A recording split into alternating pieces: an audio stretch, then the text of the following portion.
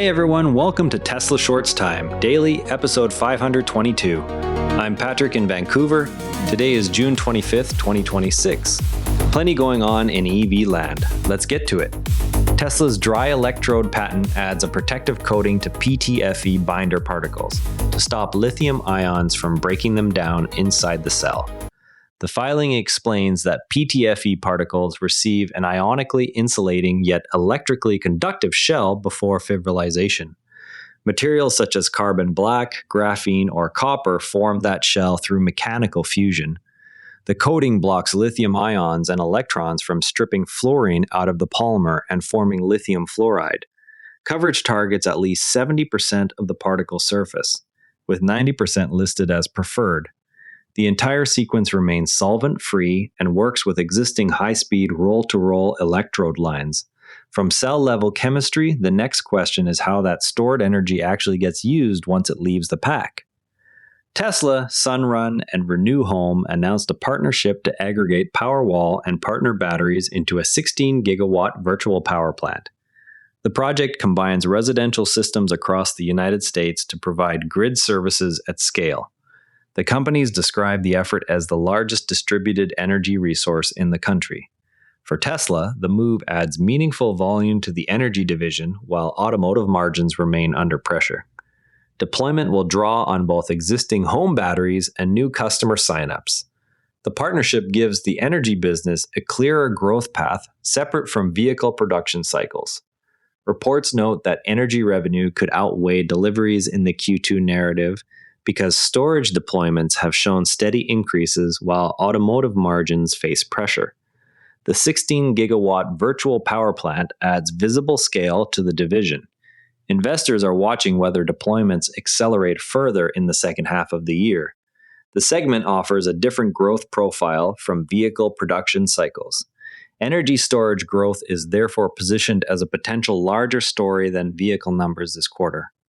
Grid-scale aggregation raises practical questions about how individual vehicles are stored and charged at retail sites. 4 Tesla vehicles caught fire at a dealership in Owings Mills, Maryland. Local fire crews responded to the incident, and the cause remains under investigation. Dealership fires involving multiple vehicles stay uncommon, yet draw attention to storage and charging practices on site. Tesla has not released details on what protocols were in place or any changes under consideration. The event adds one more operational consideration for the retail network even when such incidents remain rare.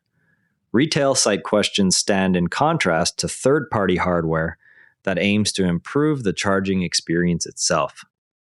Xiaomi introduced a robotic arm that locates a parked electric vehicle and connects the charging plug without driver input. The system revives an early Tesla automated charging concept that was never brought to market. Xiaomi's version targets residential driveways and fleet parking lots. The launch shows continued industry interest in removing manual steps from daily charging routines. Tesla has not announced comparable hardware since the original idea first appeared. Tesla China added integration with the Dubao AI model for in-car features. China's public EV charger network exceeded 22.49 million units. Other automakers announced further expansion of local production outside China. The charger milestone reflects continued infrastructure build-out in the world's largest EV market. Tesla's AI integration follows similar moves by domestic brands to enhance voice and assistance systems. While one company works on automating the plug, another is trying to lower the price of the vehicle that needs charging. Slate Auto, backed by Jeff Bezos and led by former Tesla and Amazon executives, announced plans for an electric pickup starting at $24,950. Ross Gerber noted the pricing and suggested Amazon could become a fleet buyer. The vehicle positions itself as a lower-cost option in the small truck segment compared with current electric pickups. Production and availability timelines have not yet been detailed. New vehicle competition pairs with fresh activity in the robotaxi space. Amazon's Zoox revealed an updated purpose-built robotaxi without traditional controls. The revised design supports wider commercial deployment plans for the Amazon subsidiary. The move adds another dedicated player to the robotaxi segment alongside Tesla's Cybercab program. Regulatory developments will shape how quickly any of these vehicles can operate at scale. The United Nations Economic Commission for Europe adopted a new global framework for automated driving systems. The rules set baseline requirements that Tesla's unsupervised FSD and Cybercab programs would need to meet for international markets. The decision creates a clearer certification path in Europe and regions that follow UNECE standards. Manufacturers are now assessing how the guidelines affect timelines already in development. Yesterday's FSD v14.3.3 rollout in Australia shows software still moving forward even as regulators work on these broader frameworks. The update brought brake confirm and speed profiles to Australian vehicles on firmware 2026.16.6. HW4 cars received the software first, while HW3 vehicles remain ineligible for now. Owners in right-hand drive markets have begun testing the features on local roads. The rollout covers only a small percentage of the global fleet so far. Reports also suggest Tesla may bring the stretch 3-row Model YL to North America before July 4th. The vehicle would add a third row while staying on the current Model Y platform. Pricing and range figures have not been confirmed, and Tesla has not issued an official statement. The timing would address buyer segments left open after the Model X left production. Tesla added an expandable trunk organizer to its official shop for the Model Y at a price of $245. The product creates divided compartments for cargo management. It joins other official accessories aimed at improving daily usability. Owners can order the item directly through the Tesla app or website. The launch continues Tesla's pattern of selling vehicle-specific add-ons through its own channels.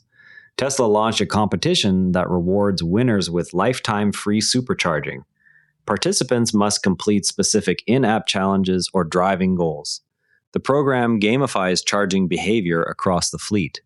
Winners receive the benefit tied to the individual vehicle. The initiative seeks to increase engagement with Tesla's charging network.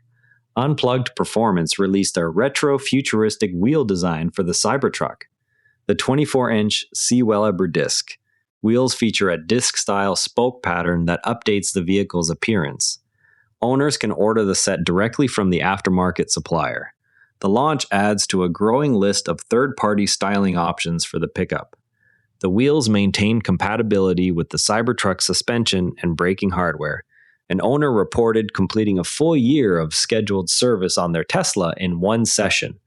The post highlights how owners track maintenance intervals through the vehicle app. Tesla's service model relies on over-the-air updates and fewer moving parts than ICE vehicles. This approach reduces the frequency of dealer visits compared with traditional cars. Owners continue to share these experiences on X as a way to document real-world ownership costs. Multiple recent crash reports did not name the vehicle make or model in headlines or early paragraphs. The observation points to inconsistent media practices when covering incidents involving different brands. Tesla vehicles often receive explicit branding in similar coverage. The pattern affects how readers initially perceive the story. Community discussion on X centers on whether this omission changes the tone of reporting. Now, one thing worth watching is the dealership fire in Maryland. 4 vehicles burned at the Owings Mills store, and the incident raises questions about how inventory is stored and charged at retail locations. Tesla has not released details on the cause or any adjustments to site protocols. Such events remain rare, yet they draw extra scrutiny to operational practices even when the overall safety record stays strong. The company has systems in place to investigate and adapt, which has helped manage similar low-frequency issues in the past. Dry-electrode manufacturing promises smaller factory footprints and no solvent handling, yet the binder has remained a hidden vulnerability. Lithium ions and electrons can strip fluorine from PTFE, leaving brittle carbon that weakens the electrode web over time. Tesla's patent wraps each binder particle in a protective coating before the film is formed, using mechanical fusion rather than wet chemistry. The coating keeps the solvent-free process intact while adding an ion-blocking yet electron-conducting layer that can reach 90% surface coverage. Materials such as carbon black or copper provide conductivity, so electrons still move through the electrode, while lithium ions stay away from the polymer core. Because the coating is applied dry, the sequence stays compatible with high-speed roll-to-roll lines already installed at Giga Texas and Nevada. For cost per counter-hour targets, any chemical failure mode that shortens pack life would erode the margin advantage dry electrodes are meant to deliver. Before we go, keep an eye on whether coated binder electrodes appear in production packs and how their cycle life numbers compare with current cells. That's your Tesla news for today. TSLA closed at $375.53, down $6.08, 1.6%.